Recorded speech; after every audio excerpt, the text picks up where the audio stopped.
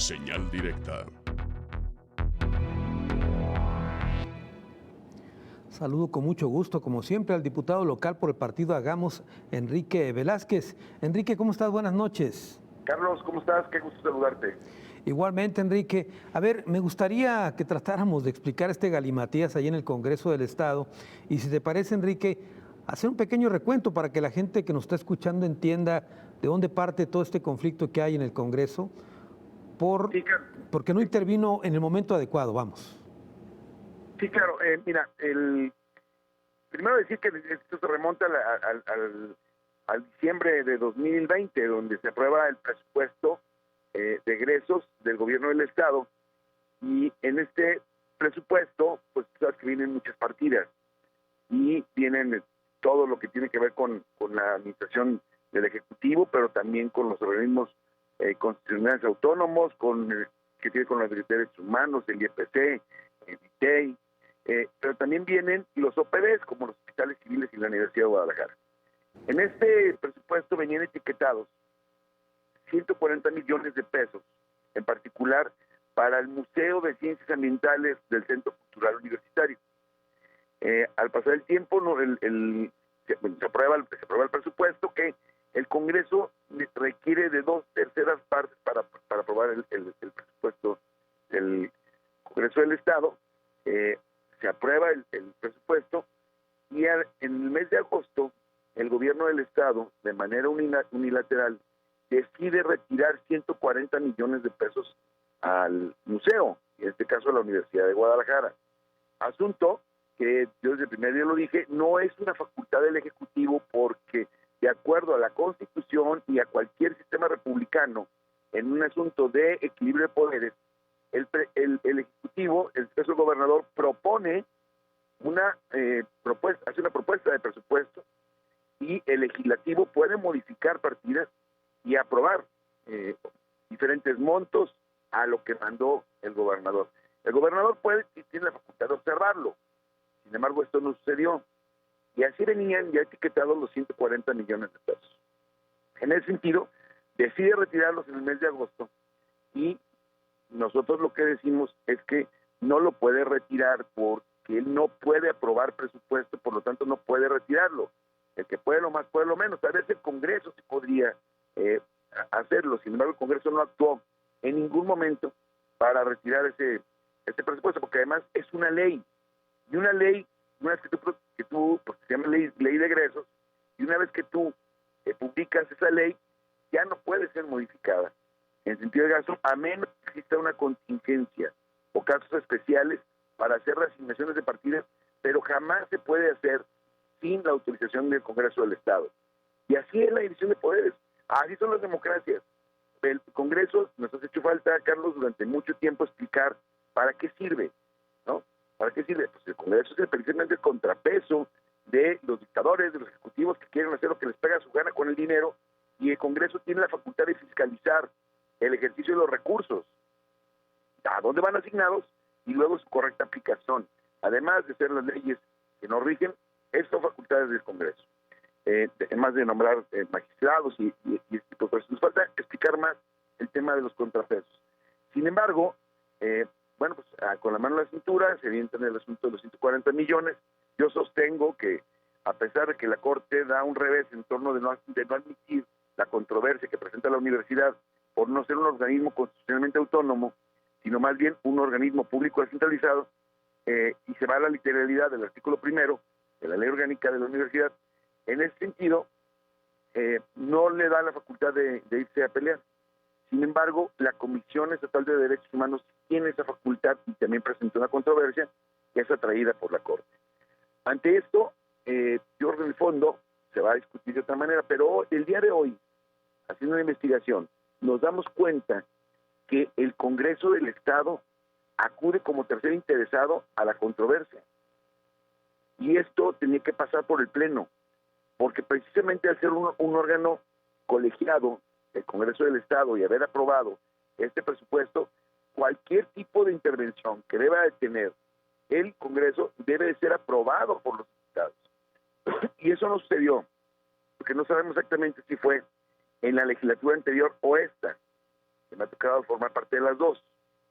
Entonces, queremos investigar esa parte, porque el Congreso ya no es únicamente la oficialidad de partes del gobernador, ya no nomás les manda las cosas y las hacen rápido, sino que ya se ha convertido, si esto es cierto, porque hace rato escuché una declaración del director jurídico del Congreso que dice que sí es parte, que lo autorizó la mesa directiva, asunto que es totalmente ilegal, porque no tiene facultades para decidir la mesa directiva sobre reasignaciones de presupuesto, menos cuando el presupuesto lo aprueban la mayoría de las dos partes de los diputados. Entonces, eso sería gravísimo, Carlos, gravísimo para la sana relación entre poderes, para el mensaje que mandan los diputados, y particularmente para el tema de que ya no son, te digo, oficialidad de partes, sino que son empleados, tornándole los dedos, hacen cosas que son totalmente fuera de la Constitución, que es cometer un delito, que es modificar la ley de egresos, y que es formar parte del argumento que da el gobierno del Estado contra lo que el Congreso había aprobado. Esta controversia no la debe haber presentado la universidad, tampoco la Comisión de Derechos Humanos en sentido estricto. Quien debió haberse sentido ofendido al ocurrir esto era el Congreso, porque una decisión soberana del Congreso la estaba echando para atrás el gobernador. Eso ocurre en cualquier parte del mundo. Eso que estoy diciendo pasaría en cualquier parte del mundo, me refiero, con la indignación y luego tener consecuencias cuando alguien modifica un presupuesto, o sobre todo cuando, sin tener facultades, toma decisiones por encima de la soberanía como un poder que es el poder legislativo del Estado de Jalisco. Ahora, Enrique, ¿qué se puede hacer por la vía jurídica ante esta circunstancia en la que está incurriendo el Congreso? Esa es la parte que vamos a analizar, porque tiene que ver con la forma como se actuó. Lo que te puedo decir es que no conocemos todavía qué hizo el Congreso, qué presentó, porque no estaba en glose de la resolución que presentó la Corte de no admitir la controversia que presenta la universidad. Y ese es un tema de la universidad. Pero a mí como diputado sí me indigna que no se defienda al Congreso. O sea, como una parte del Estado, como hombres de Estado, que no se entienda cuál es la división de poderes y que los que están ahí no son empleados directamente del gobernador. Por eso lo han hecho durante mucho tiempo, quitarle presupuesto al Congreso, decir que se gana mucho, que no hay dinero para nada. Ha sido atacado mucho porque eso le conviene a los gobernadores en turno.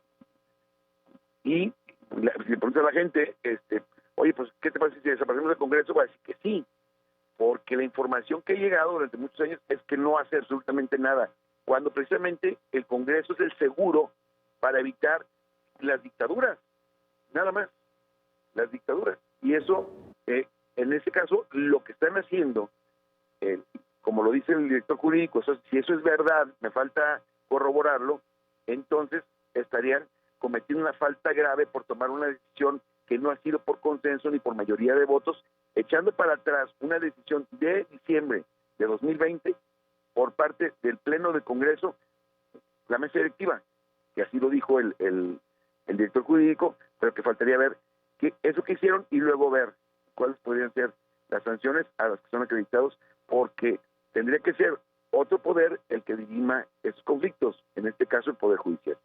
A ver, entonces, si te entiendo, debió haber sido el Pleno y no, como dice el director jurídico, una acción, digamos, avalada por la mesa directiva nada más. Así es, la mesa directiva está para defender al Congreso, y la mesa directiva puede acudir a defender lo que el Pleno ya mandató, y el Pleno mandató en ese presupuesto que había 140 millones de pesos para la universidad.